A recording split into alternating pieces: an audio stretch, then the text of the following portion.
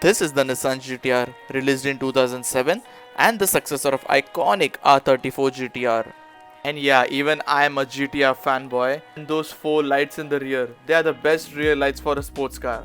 And in this video we are going to talk about something special done on this car and sounds like this. Isn't that fun, guys? Let's start the video. What does GTR means? Gran Turismo Racer. This car comes with a 3.8 liter twin turbo V6 which pumps up around 545 bhp stock. This car can shoot itself from 0 to 100 in 2.9 seconds, but some guys have also managed to launch it at 2.7 seconds. More than a car, it's like an experience if you had a ride in it. And when you're outside the car, you will be greeted with the beautiful exhaust note of this car straight to your ears, which sounds like this. आवाज एक फक्त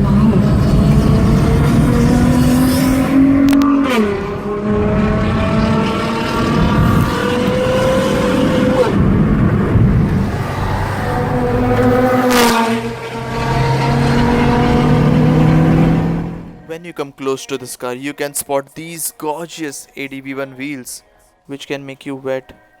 Oh, those wheels.